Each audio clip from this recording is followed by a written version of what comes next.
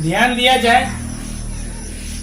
Next point हमारे पास एक है, राउस्ट लॉ का क्या कंक्लूजन है, मतलब हमने जो अभी तक पढ़ा है उससे हम क्या क्या कंक्लूजन निकाल सकते हैं। सबसे पहला कंक्लूजन ये है कि अगर हमें टोटल वेपर प्रेशर सॉल्यूशन का चाहिए तो किसी भी कंपोनेंट का, किसी एक कंपोनेंट का अगर हमें मोल फ्रैक्शन पता है तो हम निकाल सकते हैं टोटल वेपर प्रेशर सॉल्यूशन का। आपने एक जगह पढ़ा होगा राउस्ट लॉ में कि vapour pressure of solutions equals to P naught A या पी नॉट बी, ऐसा कुछ लिखे थे आप लोग। इसका अपोजिट या मोल फ्रैक्शन लेते थे, और चूंकि ये ज्यादा है तब तो घटा रहे हैं, इसलिए क्या है पी नॉट ए से हम लोग घटाएंगे पी नॉट बी को। या इसका दूसरा भी फॉर्मूला हम लिख सकते हैं कि P S equals to P naught B X A P naught B minus P naught A. ये हायर था तब तो हायर से लोअर घटा रहे हैं। इस फॉर्मूला से हम क्या कंक्लूजन निकाल सकते हैं कि सॉल्यूशन का वेपर प्रेशर हम पता कर सकते हैं किसी एक कंपोनेंट के मोल फ्रैक्शन प्राप्त करके। मतलब ये कि सॉल्यूशंस का अगर हमें वेपर प्रेशर पता करना है तो दोनों कंपोनेंट का मोल फ्रैक्शन की कोई जरूरत नहीं है। किसी एक कंपोनेंट का भी अगर मोल फ्रैक्शन हमको पता है तो हम दूसरा का निकाल सकते हैं और डायरेक्ट भी निकाल सकते हैं। जैसे हमारे पास मान लीजिए पीएस निकालना है सॉल्यूशन का वेपर प्रेशर, तो क्या करेंगे, केवल एक्स बी से हमारा काम चल जाएगा। अच्छा है केवल एक्स से, means the total vapour pressure of solutions is determined या calculated by either component of mole fraction.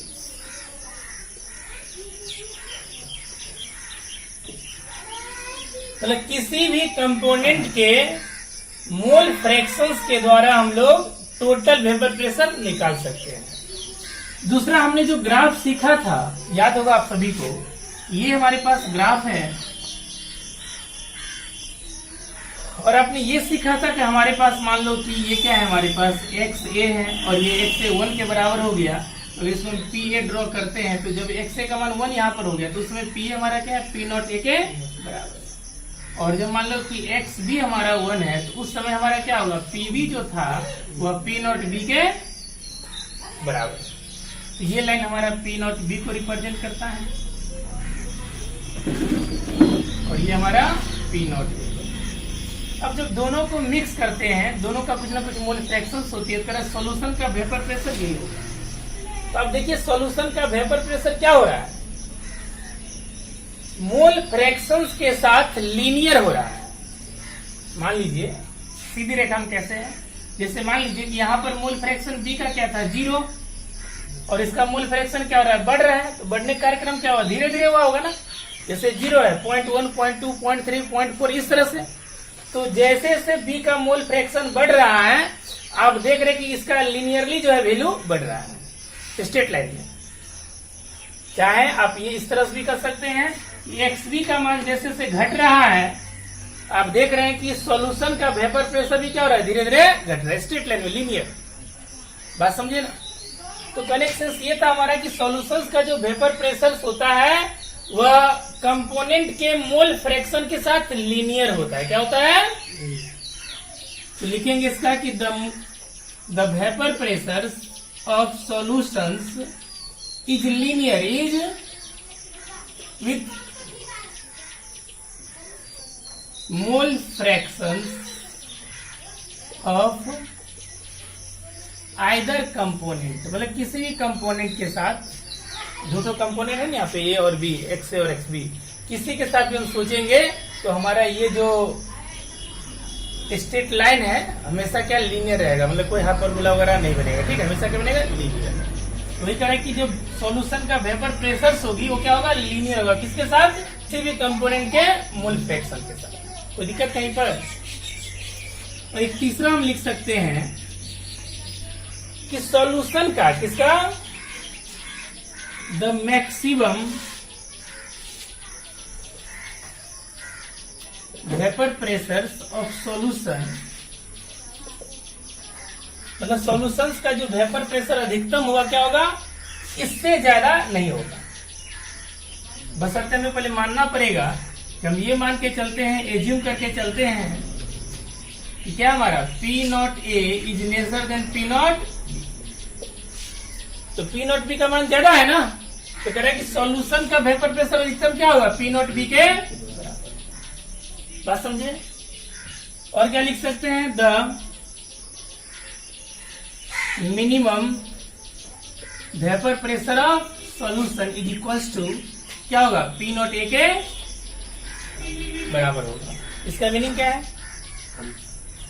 P naught ए क्या हमारे पास पी नॉट ए कम से कम है, पहले से क्या करें, इसका टेंडेंसी कम है वेपराइज होने का, तो इसका प्रेशर किस में आ जाएगा, मिनिमम में आ जाएगा। आपको पता है कि सॉल्यूशन का वेपर प्रेशर इसी लाइन में कहीं ना कहीं होगा, कम से कम क्या होगा, ये होगा ये, और ज्यादा से ज्यादा क्या होगा, ये होगा, ये पॉइंट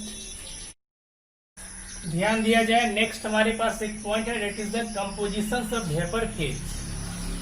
मीन्स वेपर फेज का कितना कंपोजिशन है, मीन्स वेपर फेज में कौन कितना है, कौन कंपोनेंट कितना है। इसका मीनिंग ये है कि जैसे मान लीजिए हमने सॉल्यूशन बनाया था, तो सॉल्यूशन में क्या लिया था, दोनों ही कंपोनेंट हमारा क्या था, वोलाटाइल था।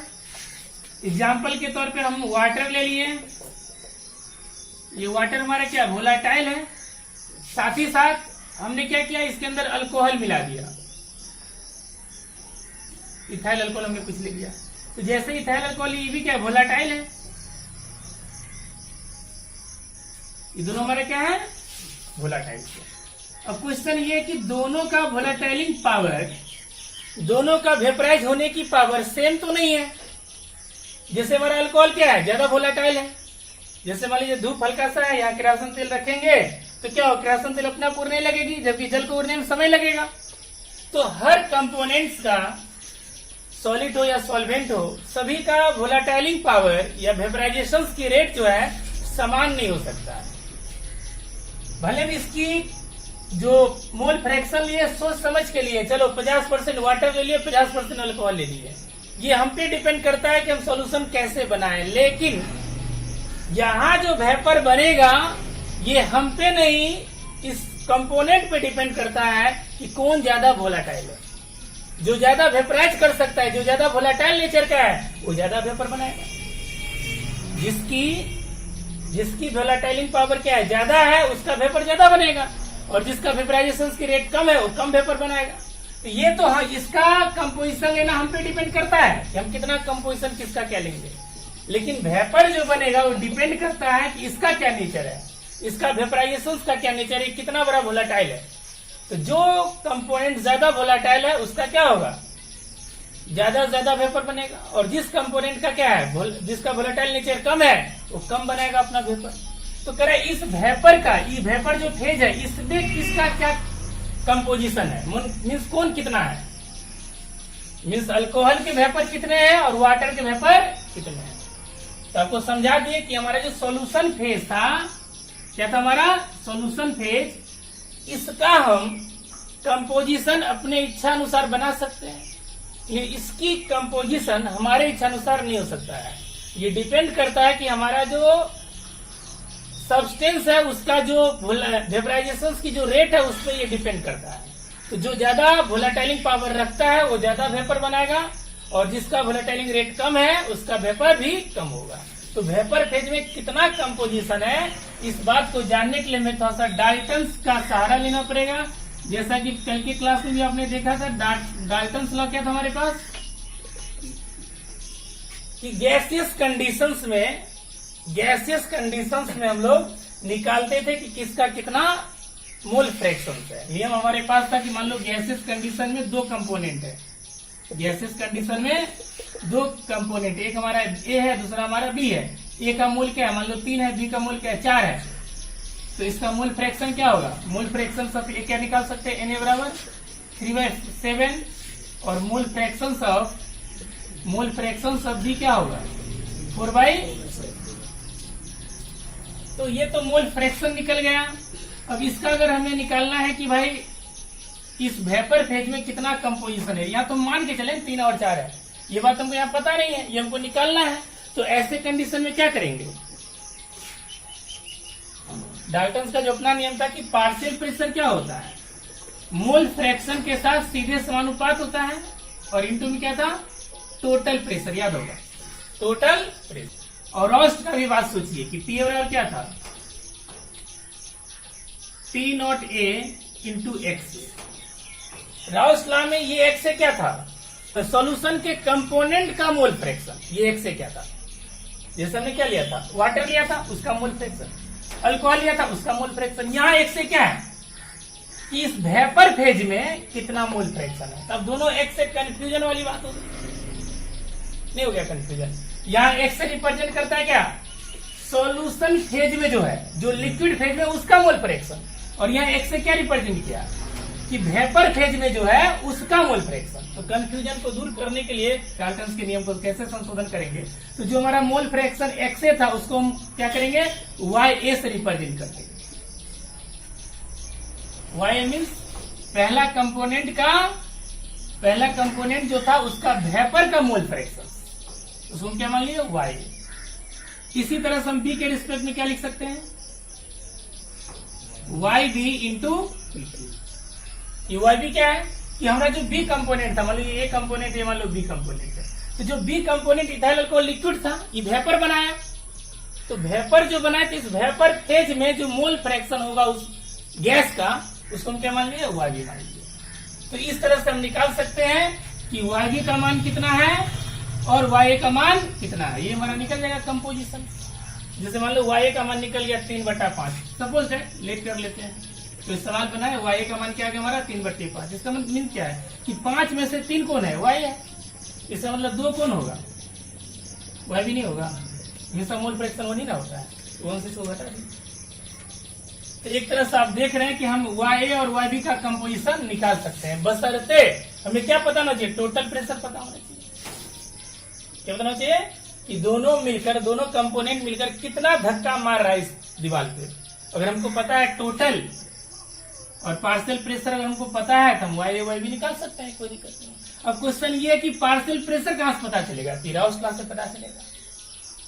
कहां से पता चलेगा, अगर पार्शियल प्रेशर आपको दिया है डायरेक्ट तो यहाँ रख देंगे, नहीं दिया है तो यहाँ से पहले निकाल लीजिए, ठीक है। तो आप चाहे तो इस फॉर्मूला को और मॉडिफाइड कर सकते हैं कि पी और हम क्या लिख सकते हैं, P naught A into X A equals to Y A into P T.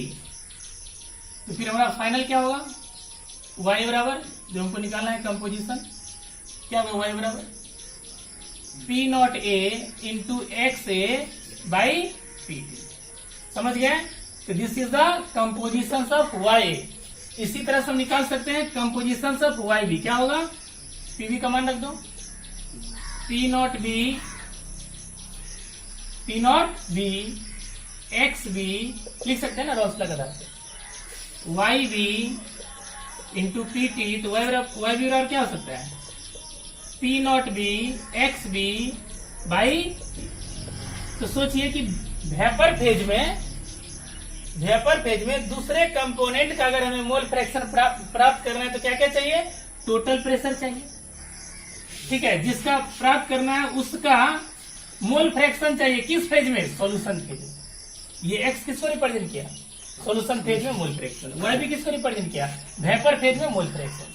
वो तो निकालना ही है वेपर फेज में, किस फेज में, वेपर फेज में मोल फ्रैक्शन कंपोजिशन, वो तो निकालना है वाई भी। तो क्या क्या चाहिए, टोटल प्रेशर पता होना चाहिए डाल्टन्स के आधार पे, उसके बाद मोल फ्रैक्शन पता होना चाहिए जिसका निकालना उसका, और वो अगर अकेला होता तो कितना प्रेशर बनाता है ना, पी नॉट बी। बात समझे, आइडियल कंडीशन। इतना चीज पता रहेगा तो आप निकाल सकते हैं वाई और वाई बी का मान निकाल सकते हैं, कोई दिक्कत कहीं पर। तो इस तरह से हमने वेपर फेज में भी कंपोजिशन समझ लिया, ठीक है। ऐसा केस क्यों आया, क्योंकि सबका वेपराइजेशन का रेट समान नहीं होता है, ये अपना नेचर पे डिपेंड करता है कि कौन लिक्विड कितना वेपर बनाएगा। तो वेपर जो बनाएगा वो कम बेसी बनाएगा, तो उस वेपर में कौन कितना है, इस बात की जानकारी हम इस फॉर्मूला से निकाल सकते हैं, कोई दिक्कत कहीं पर। अब नेक्स्ट हमारे पास क्या है, कुछ न्यूमेरिकल हम बताएंगे ताकि ये पूरा कॉन्सेप्ट क्लियर हो जाए, ठीक है। ध्यान दिया जाए इन टेक्स्ट क्वेश्चन 2.8 के लिए कह रहे कि हमारे पास जो दो कंपोनेंट है उसका प्योर कंडीशन में, एक है जो है प्योर कंडीशन में जब वो अकेला होता तब, उस कंडीशन में टोटल प्रेशर जो बनाएगा कितना बनाएगा 450, और बी भी अकेला कितना बनाएगा 700। एलोन जब रहता बी हमारा अकेला रहता, ठीक है, तो कितना बनाता 700, लेकिन दोनों को मिलाया गया है। मिलाने के बाद जो सॉल्यूशन का प्रेशर क्या 600 हुआ। जैसा कि आप लोग को हम पहले कह चुके थे कि हमारा जो सॉल्यूशन का प्रेशर होगा क्या दोनों के बीच में होगा। तो देखते हैं कि 450 और 700 के बीच में क्या 600 है ना। तो क्वेश्चन ये कि बताइए किस अनुपात में दोनों को मिलाया गया है। जो मिक्सचर बना है लिक्विड मिक्सचर उसमें किसका कितना कंपोजिशन है, किसका कितना मोल फ्रैक्शन, ये क्वेश्चन हमारे पास। और दूसरा भी एक क्वेश्चन क्या है कि वेपर फेज में कौन कितना है। बात समझिए सबको। यहाँ पे दो क्वेश्चन है तो हम पहला पार्ट सोल्व करते हैं। पार्ट A1 में देखेंगे हम लोग कि कंपोजिशन ऑफ लिक्विड मिक्सचर कैसे निकालेंगे। तो कंपोजिशन का इनडायरेक्ट मीनिंग होता है कि मोल फ्रैक्शन में ही हमको रिप्रेजेंट करना है, बस लिक्विड कंडीशन में कितना होगा। तो समझा जाए क्या हमारे पास फॉर्मूला PS इक्वल्स टू याद है सबको, P0A minus XB, P0A minus P0, याद आया। तो P0A कितना है 450 है ना। XB कितना है निकालना है, XB निकालना है। P0A कितना है 400, P0B कितना है 700 है ना। ये PS कितना है 600। अब सोचिए ये क्या हुआ 400 इधर आ सकता है, फाइनल रिजल्ट क्या हुआ 150 लिख सकते हैं डायरेक्ट में, ये समझे। अब सोचिए क्या हुआ माइनस XB इंटू ध्यान दीजिएगा माइनस में होगा कितना होगा 250, सही है। अब ये माइनस माइनस क्या हो जाएगी प्लस होगा ना, क्या होगा 250 XB। तो XB बराबर हम क्या लिख सकते हैं 150 बाई 250, ये कैंसल आउट हो गया, क्या बचा 5 से 3 बार 5 से 5। तो XB का मोल फ्रैक्शन कितना है 3/5, इसलिए XB बराबर क्या होगा 2/5। ये जो आंसर हमारे पास आया है लिक्विड कंडीशन, किस कंडीशन है लिक्विड फेज में, लिक्विड सॉल्यूशन में कितना, ठीक है। सॉल्यूशन में करें कि XB हमारा 3/5 है और XA कितना हमारा 2/5 मीन्स ये करें 5 मोल में से 3 मोल कौन है B है, 3 मोल कौन है और 2 मोल कौन है ये है। तो मोल के रिस्पेक्ट में समझना है, लीटर के रिस्पेक्ट में, बात समझे ना। तो ये हमारा आंसर ये कंप्लीट हुआ पहला पार्ट का। इसका और क्या निकालना है हमको, लिक्विड मिक्सचर निकालना है, लिक्विड मिक्सचर का कंपोजिशन निकालना है। तो कंपोजिशन का मतलब होता है कि mole fraction of XA and mole fraction of XB हमको फाइंड आउट करना है, ठीक है। तो सोचिए P0A का मान दिया कितना दिया पहला केस में, A और B केस में 450, B केस में कितना दिया है 700। एवरेज क्या है, एवरेज मतलब मिलावटी मिक्सचर कितना है, मिक्सचर का 600 कितना है। तो आप माइनस करेंगे, लेकिन कौन सा माइनस करेंगे क्रॉस माइनस, क्रॉस मल्टीप्लिकेशन होता है ना, क्रॉस माइनस, कौन सा माइनस कितना आ जाएगा 150 आएगा, ये कितना आएगा 100 आएगा। मीन्स A का नंबर कितना है 100, तो B का नंबर कितना है 150। अब 100 और 150 का अनुपात क्या हो सकता है, तो कहेंगे number of mole of A क्या हो जाएगा 2 और ये क्या हो जाएगा 3। ये तो मोल है ना, नंबर ऑफ मोल है, तो मोल फ्रैक्शन क्या होगा, मोल फ्रैक्शन क्या होगा बताइए। मोल फ्रैक्शन होता क्या है number of mole of A by number of mole of A plus B ना। A कितना है 2 है और कितना हो जाएगा 2 + 3 हो गया 2/5, और ये क्या हो जाएगा XB NB by NA plus 3 by 2 + 3 कितना हो 3/5 आया। ये आपका सेकंड मेथड हो गया ट्रिक के द्वारा, जैसे कि आपको भी थोड़ा सा हार्ड लग भी सकता है, लेकिन जैसे समय गुजरेगा इजी हो जाएगा, ठीक है। इस क्वेश्चन का एक सेकंड पार्ट क्वेश्चन हमारा बाकी है अभी। क्वेश्चन ये है कि वेपर फेज में क्या कंपोजिशन होगा। हमने जो सॉल्यूशन बनाया था, उस सॉल्यूशन जो वेपर बना, उस वेपर में कौन कितना है, किसकी मोल फ्रैक्शन कितना है। तो बताए थे कि कंफ्यूजन को दूर करने के लिए वेपर फेज में हम लोग क्या लेते हैं, YA एंड YB लेते हैं। याद आया सबको। तो जैसा कि आप जानते हैं कि YA का फॉर्मूला क्या था, जैसे डाल्टन के आधार पे क्या था हमारे पास, PS इक्वल्स टू व्हाट, वह मोल फ्रैक्शन। तो मोल फ्रैक्शन यहाँ YA माने थे कंफ्यूजन को दूर करने के लिए, टोटल प्रेशर, ये रहा फॉर्मूला। और ये कैसे निकला था हमारा, P0A इंटू XA, ये ना YA। फिर चूंकि हमको क्या निकालना है, वेपर फेज में कंपोजिशन, वेपर फेज में YA निकालना है। तो आपको टोटल प्रेशर तो पता है ना, कितना है टोटल, 600। XA कितना है निकाले थे थोड़ा देर पहले, 2/5, और XB इक्वल्स टू, याद आया, तो यहाँ रख दीजिए 2/5। और P0A का मान पता है 450। इसको कैंसिल करेंगे क्या होगा, 90 होगा। कितना होगा ये टोटल हमारा, 180/600 लिख सकते हैं। तो YA का मान है, कैंसिल हो गया, 6 से 3 बार, 6 से 10 बार, तो 3/10 कौन है हमारा, YA। अब इसी तरह से YB का मान क्या होगा बताइए, सही है ना। Y का मान क्या हो सकता है, 1 माइनस YA। बताए थे टोटल मोल फ्रैक्शन हमेशा 1 के बराबर है, और एक अगर पता चल गया दूसरा आराम से निकल जाएगा। तो क्या करेंगे, 1 माइनस 7/10 क्या गया, 3/10। अब इसको ऐसे निकाल लिए, चाहे वो जो फॉर्मूला था, YB का फॉर्मूला क्या था हमारा, निकाले थे, बताए थे ना भी, क्या था बताइए, P0B इंटू XB बाई, सही है। इससे भी हम निकाल सकते हैं या डायरेक्ट इस तरह से निकाल सकते हैं। तो इस तरह से हम लोग ऐसे सॉल्यूशन का कंपोजिशन पढ़ लिए जिनका दोनों कंपोनेंट क्या था, वोलाटाइल था, सॉलिड भी और सॉल्वेंट भी। नेक्स्ट क्लास में हम लोग ये देखेंगे कि अगर हमारा सॉलिड नॉन वोलाटाइल हो, मतलब वेपर नहीं बना रहा है, तब उसका हम कैसे क्या निकालेंगे। तो आज की क्लास में इतना ही है, बस आप लोग से इतना ही कहेंगे कि आप लोग कंटिन्यू वीडियो को देखिए और अच्छी तरह से नोट्स अपना बनाइए, अच्छा से रिवाइज कीजिए, आप लोग बार बार देखिए वीडियो, ठीक है। और कुछ भी दिक्कत हो डायरेक्ट व्हाट्सएप से आप लोग मिलिए, जुड़िए, और ये वो सारी समस्याएं सोल्व होता रहेगा। और पिछले वीडियो में शायद 3 या 4 क्वेश्चन व्हाट्सएप पे दिए थे, उसको सोल्व करना है। तो उम्मीद करते हैं कि आप सभी को अच्छा लगा होगा, और आप लोग जो लोग अभी तक सब्सक्राइब नहीं किए चैनल को करते रहिए और एंजॉय करते रहिए। चलिए ध्यान दिया जाए, सबको आ चुके हैं, बढ़िया है, सब रहना भी चाहिए, है ना। जैसा कि लास्ट क्लास आप लोग के साथ हम डिस्कस किए थे कि a solutions containing volatile components, volatile solid, ऐसा कुछ हमने डिस्कस किया था। आज हमारे पास सेकेंड एक पॉइंट है, दैट इज द, मतलब ऐसा सॉल्यूशन हमारे पास है जिसमें हम नॉन वोलाटाइल सॉलिड लिए हैं, तो उसकी वेपर प्रेशर क्या होगी, ये क्वेश्चन हमारे पास है।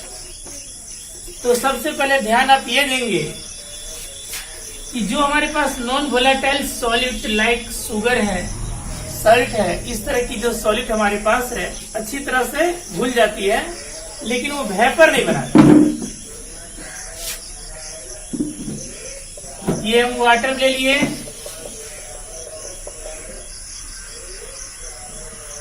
और इस वाटर के अंदर हमने शुगर की कुछ अमाउंट को डिजोल्व कर दिया है। परिणाम क्या होगा, ये शुगर जो है इसके अंदर डिजोल्व हो गया है, तो हमारे पास वाटर है और उसके अंदर हमने क्या किया है, एक नॉन वोलाटाइल सॉलिड को मिला दिया है। मिलाने के बाद क्या हुआ कि इसके सरफेस पे वाटर तो है ही, कुछ कुछ चीनी के भी कण आ चुके हैं। तो डाल्टन के आधार पे ये कॉन्सेप्ट है कि टोटल जो वेपर प्रेशर होगा वह दोनों कंपोनेंट, दो कंपोनेंट ए और बी हमारे पास है, दोनों कंपोनेंट के पार्शियल प्रेशर के सम के बराबर होगी। लेकिन चूंकि यहाँ पर सॉलिड क्या हमारा चूंकि solute is non volatile,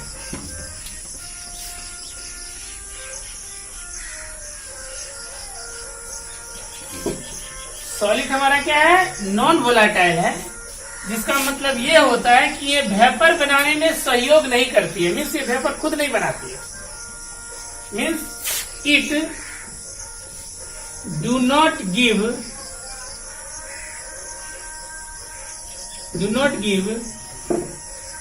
contributions towards the vapor pressure।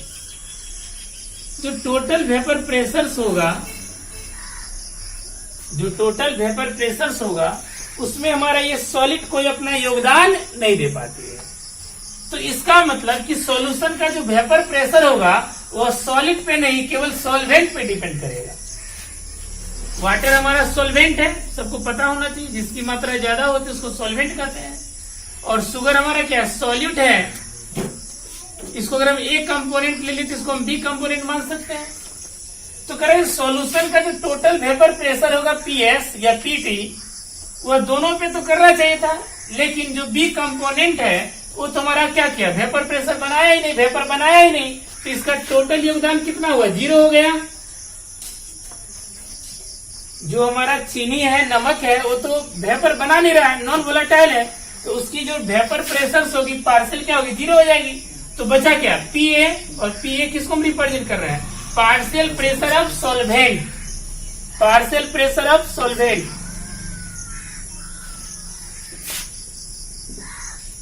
तो करें कि ये पीएस क्या था, total vapour pressure of solution is equals to partial vapor pressure of solvent। मतलब ऐसा सॉल्यूशन जिसमें हम नॉन वोलेटाइल सॉलिड मिलाते हैं, नॉन वोलेटाइल सॉलिड, तो ऐसे सॉल्यूशन का जो टोटल वेपर प्रेशर होगा, टोटल वेपर प्रेशर वह केवल सॉल्वेंट के वेपर प्रेशर पे डिपेंड करती है, ठीक है, सॉलिड पे नहीं करती, क्योंकि सॉलिड कोई अपना वेपर नहीं बनाता है, चीनी कभी उड़ नहीं पाएगा, ठीक है।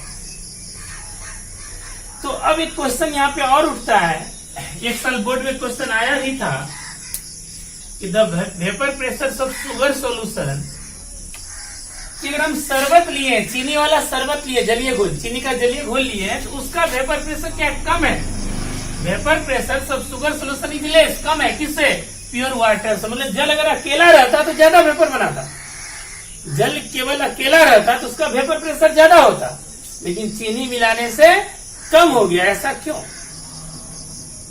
जैसा कि यहां लग रहा है कि भाई सॉल्यूशन का वेपर प्रेशर सॉल्वेंट के वाटर के बराबर होगा, बात सच है, लेकिन अगर प्योर वाटर होता तो और ज्यादा सॉल्यूशन का होता, मीन्स सॉल्यूशन में कुछ नहीं रहता, मीन्स प्योर वाटर रहता तो उसका वेपर प्रेशर क्या होता, और ज्यादा होता, लेकिन चीनी मिलाने से, शुगर सॉल्यूशन होने से उसका वेपर प्रेशर कम हो गया। प्रश्न है क्यों। अब इसको ऐसे समझिए कि मान लीजिए हमारे पास ऐसा सॉल्यूशन, यहाँ पे सरफेस पे टोटल का टोटल वाटर मॉलिक्यूल्स है, कि टोटल वाटर मॉलिक्यूल्स क्या करेंगे, वेपर बनाएंगे। आपको याद होना चाहिए कि बॉइलिंग और इवापोरेशन में एक अंतर है, बॉइलिंग पूरा लिक्विड के साथ होती है ऊपर नीचे, बट इवापोरेशन हमेशा सरफेस पे होती है। तो मान लीजिए इवापोरेशन के द्वारा ही वेपर प्रेशर क्रिएट हो रहा है, चाहे बॉइलिंग के द्वारा जैसे भी हो रहा है, तो प्रोसेस में क्या होगा कि ऊपर का जो लिक्विड मॉलिक्यूल्स है वेपर बन जाएगा। तो क्या हुआ, यहाँ पे ज्यादा स्पेस है, ज्यादा जगह है वेपर बनने के लिए, लेकिन सोचिए कि हम एक सॉल्यूशन लिए हैं जिसमें क्या है, वाटर के साथ साथ चीनी का भी कण है। अब ये जगह पे चीनी है, मान लो इस जगह पे क्या है, शुगर मॉलिक्यूल है, तो खुद पास नहीं होगा, दूसरों को भी पास नहीं होगा। पप्पू फेल हो गया एक बार, पप्पू के सब फेल हो गया। तो यहाँ पे जो वाटर के मॉलिक्यूल्स था वो वेपर बना है, क्योंकि पूरा का पूरा जगह से वाटर क्या हो सकता है, इवापोरेट हो सकता है, वेपर बना सकता है। बट इस जगह से क्या होगा, कि कुछ जगह ऐसा जहां पर चीनी जाके जाम कर दिया रास्ता को, मीन्स इसके नीचे जो वाटर के मॉलिक्यूल्स है ना वो वेपर नहीं बना पा रहे, ब्लॉक कर दिया रास्ता को। तो पहले से मान लो कि यहाँ से था 10 फीट का रास्ता, अब रास्ता हो गया 6 फीट का, क्योंकि 4 फीट क्या हुआ, चीनी के कण आके डिस्टर्ब कर दिया। अब जब मान लो कहीं बाजार जाते हैं और मान लो रास्ता पूरा फ्री है, सब कोई जाएगा, कोई दिक्कत नहीं, रास्ता जाम नहीं हुआ। लेकिन मान लो 4-5 गाड़ी ऐसा है, रिक्शा वाला टेम्पो जो क्या जाकर रोक दिया है कि हम तो नहीं जाएंगे, तुमको भी जाने, तो परिणाम क्या होगा कि आप सीधे जा रहे थे, कट करके जाइए तो समय लगेगा ना, टाइम बर्बाद होगा, स्लो करना पड़ेगा। तो वही बात है कि वाटर पहले जितना वेपर बना था प्योर कंडीशन में, अब वाटर उतना वेपर नहीं बना रहा। तो क्यों नहीं बना रहा है? क्योंकि some space is occupied by non volatile solids. कुछ ऐसे जगह हैं जो किसके द्वारा ऑक्युपाइड की जा रही है? नॉन वोलेटाइल सॉलिड के द्वारा। तो इसका आप लिख देंगे, ये एक लाइन तो ये लिख देंगे, फिर उसका मेन रीजन ये लिखेंगे कि some space on the surface of solution is occupied. तो ये जो क्वेश्चन हमारे पास था कि शुगर सॉल्यूशन का वेपर प्रेशर कम होता है प्योर वाटर से, प्योर सॉल्वेंट से, क्यों? इसका पीछे रीजन यही हम देंगे कि कुछ जगह जो है, कुछ स्पेस जो है नॉन वोलेटाइल सॉलिड ऑक्युपाई कर लिया है, और ये नॉन वोलेटाइल सॉलिड क्या कर रहा है कि एक जगह जाके ब्लॉक कर दिया, जिससे नीचे वाला भी जो वाटर मॉलिक्यूल्स था, जो सॉल्वेंट मॉलिक्यूल्स था, ऊपर वेपराइज नहीं हो पा रहे। जब वेपर ही कम बनेगा तो वेपर प्रेशर भी कम होगा। तो इसलिए तो सॉल्यूशन में अगर चीनी है तो वेपर प्रेशर और भी कम हो गया। क्यों? क्योंकि कुछ स्पेस जो है नॉन वोलेटाइल सॉलिड ने ऑक्युपाई कर लिया है। अगर मान लो चीनी नहीं रहता इस केस में तो सब जगह से वेपर बनता, तो वेपर अगर सब जगह से बन रहा है तो वेपर ज्यादा बनता, वेपर प्रेशर ज्यादा होता। इसलिए प्योर सॉल्वेंट जिसमें कुछ भी नहीं है, नॉन वोलेटाइल चीज, तो उसका वेपर प्रेशर ज्यादा होता है, और अगर चीनी नमक वगैरह है तो उसका वेपर प्रेशर क्या होगा? कम हो जाएगा। जैसा कि पिछला केस में आपने देखा था कि हमारे पास ऐसा सॉल्यूशन था जहां पर हम 2 कंपोनेंट लेते, दोनों वेपर बनाता था। जैसे हम अल्कोहल ले तो वो भी वेपर बना रहा है, वाटर भी बना रहा है, तब जाके सॉल्यूशन का वेपर प्रेशर ज्यादा होता था। लेकिन किसी दो कंपोनेंट के बीच में ही एवरेज होता था। रोस्ट आपने पढ़ा होगा कि ये A कंपोनेंट है, ये B कंपोनेंट है, तो सॉल्यूशन का वेपर प्रेशर इसी लाइन पे कहीं होता था। एक का अगर मान लो 400 वेपर प्रेशर है, दूसरा का 500 है, तो सॉल्यूशन का वेपर प्रेशर क्या है? 400 से 500 के बीच होगा। 500 ज्यादा नहीं होगा, 400 से कम नहीं होगा। तो ये हमारे पास सेकेंड पॉइंट में इतना ही था। इसी को 2 लाइन, एक लाइन तो हम लिख दीजिए मेन रीजन, और एक लाइन यही आप लिख दीजिएगा, ठीक है। 2 लाइन का आंसर लिखेंगे, डायग्राम बना देंगे कि ये स्पेस पे हमारा क्या है? चीनी का कण है जो वेपर नहीं बना पा रहे हैं, अर्थात ये वेपर नहीं बनेंगे, वेपर प्रेशर क्या होगा? कम होगा। और इसके बगल में जो वाटर का मॉलिक्यूल ही केवल वेपर बना रहा है। तो आप दिखा सकते हैं कि प्योर सॉल्वेंट रहता हमारा, प्योर वाटर रहता तो ऐसा केस होता, सॉल्यूशन है तो ऐसा केस हुआ, इसलिए इसका वेपर प्रेशर क्या होगा? हाई होगा, और इसका कम होगा।